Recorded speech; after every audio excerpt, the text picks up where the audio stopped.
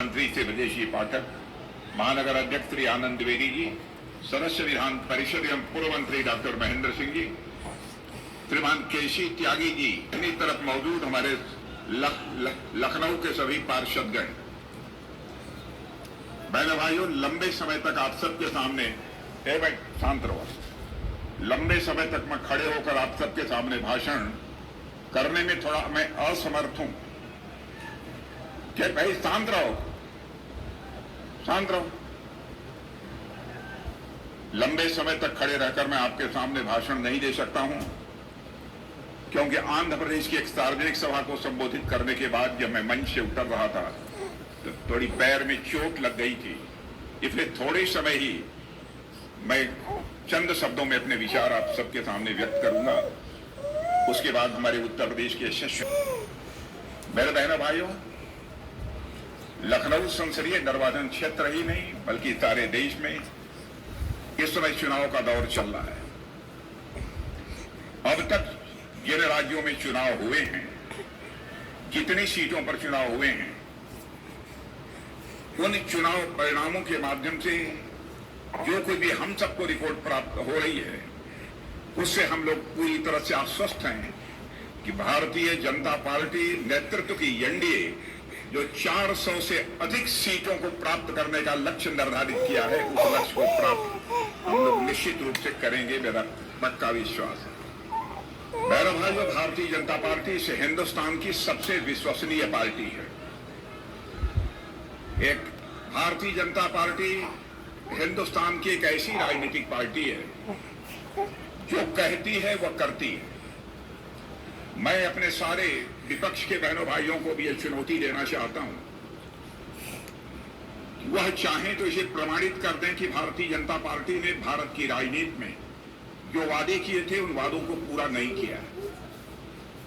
हमारे 1951 से जिस समय हम भारतीय जनसंघ के रूप में काम कर रहे थे, तब से लेकर आज तक हमारे जो भी चुनावी घोषणा पत्र हैं उनको उठाकर कोई भी देख सकता है।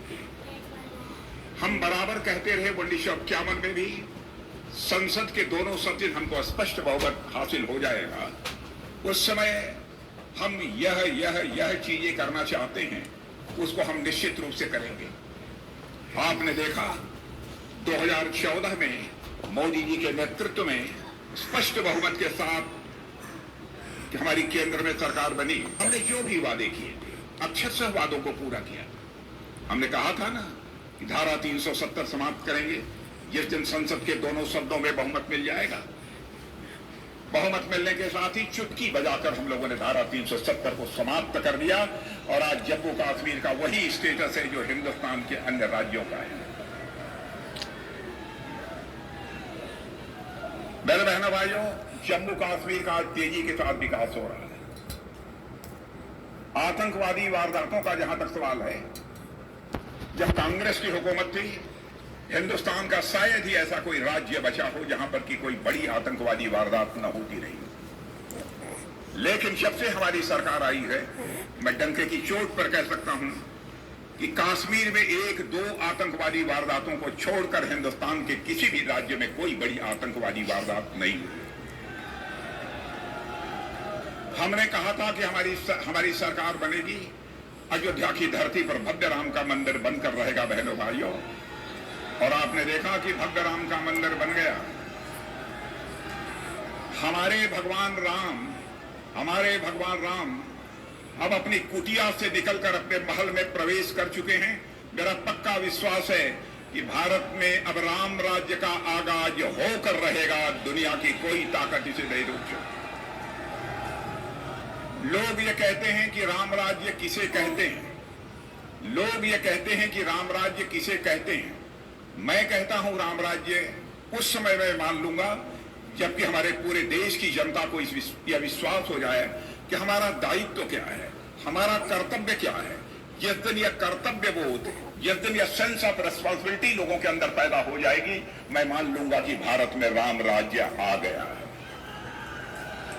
मैं याद दिलाना चाहता हूं, गद्दी को लेकर मर्यादा पुरुषोत्तम राम को सिंहासन पर बैठना था। सारा विवाद जो खड़ा हुआ था वह केवल कैकेयी के कर्तव्य बोध न होने के कारण पैदा हुआ था, बल्कि अधिकार बोध पैदा होने के कारण ही यह पैदा हुआ था। शेष सभी ने अपने कर्तव्य का पालन उस समय किया था।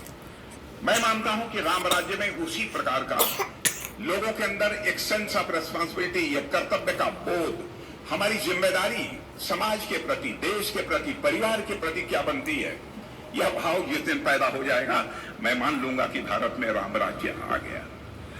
यानी ये हम लोगों ने कहा, हम लोगों ने उसे डंके की चोट पर किया है। मेरे बहनों भाई, भारत का जहां तक सवाल है, भारत की सारी दुनिया में प्रतिष्ठा बड़ी तेजी के साथ बढ़ी है।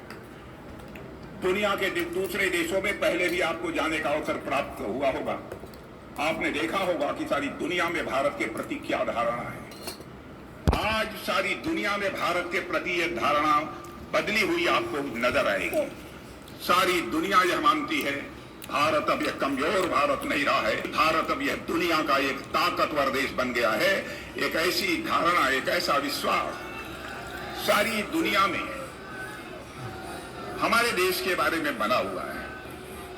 धन दौलत के मामले में भी 2004 से 2014 तक बराबर, जब भी कांग्रेस की सरकार रही है, डॉक्टर मनमोहन सिंह जी प्रधानमंत्री थे, हमारा भारत धन दौलत के मामले में दुनिया के देशों में 11वें स्थान पर खड़ा था। लेकिन मोदी जी के भारत का प्रधानमंत्री बनने के बाद ही मेरे बहनों भाइयों, हमारा भारत धन दौलत के मामले में दुनिया के देशों में जो 11वें स्थान पर खड़ा था, वह जंप लेकर आज 5वें स्थान पर पहुंच गया है। दुनिया के सारे देश, दुनिया की सारी बड़ी बड़ी फाइनेंशियल फर्म्स दावा कर रही हैं कि दुनिया की सर्वाधिक तेजी से आगे बढ़ने वाली अर्थव्यवस्था किसी देश की है तो अब भारत की है। और ये ऐसे ही भारत आगे बढ़ता रहा तो 2027 आते आते भारत दुनिया के देशों में नंबर 3 पर पहुंच जाएगा। बहनों भाइयों, यानी अमेरिका और चाइना के बाद धन दौलत के मामले में दुनिया का कोई तीसरा देश होगा तो बहनों भाइयों हमारा कर देगी। डंके की चोट पर मैं कहना चाहता हूं बहनों भाइयों, हमारी पार्टी की सरकार बनेगी, हम किसी भी सूरत में आरक्षण को समाप्त नहीं करेंगे। मैं यहाँ के माइनॉरिटीज को, अपने माइनॉरिटीज को भी उनसे मैं नोट करना चाहता हूं, आपके अंदर, भाई चुप रहो, मैं बार बार कह रहा हूं, मैं आपको मेरे बहनों भाइयों मैं कहना चाहता हूं, हम लोगों को बदनाम करने की कोशिश की जा रही है कि हम लोग आएंगे तो धर्म के आधार पर आना। बहनों भाइयों, हमारा भारत का संविधान किसी भी आधार पर, धर्म के आधार पर आरक्षण करने की इजाजत देता ही नहीं है। आरक्षण किया तो इन लोगों ने किया। और मैं कहना चाहता हूं, लखनऊ के ही नहीं बल्कि सारे विश्व के इंटेलेक्चुअल्स इस बात के साक्षी हैं। धर्म के आधार पर इन्होंने जामिया मिलिया में, यूनिवर्सिटी में, अलीगढ़ मुस्लिम यूनिवर्सिटी में आरक्षण करने की कोशिश की थी, उसको सुप्रीम कोर्ट ने रद्द कर दिया था। उसके बावजूद यहां के माइनॉरिटीज के मन में भय पैदा करके वह समर्थन हासिल करना चाहती है। माइनॉरिटीज का जहां तक सवाल है, अल्पसंख्यक समुदाय का प्रश्न है, मैं कहना चाहता हूं अल्पसंख्यक समुदाय के बहनों भाइयों से, हम आपके दिल में दहशत पैदा करके, भय पैदा करके आपका समर्थन नहीं हासिल करना चाहते, बल्कि आपके मन में हम विश्वास और मोहब्बत पैदा करके हम आपका समर्थन हासिल करना चाहते हैं। प्रकृति है और आज बच्ची है ना, मैं पी लूंगी। बात में पहुंच रहा है बहनों भाइयों, हर भारतवासी को, भले ही वह किसी भी राजनीतिक पार्टी में काम करता हो, उसके अंदर एक गौरव का भाव होना चाहिए।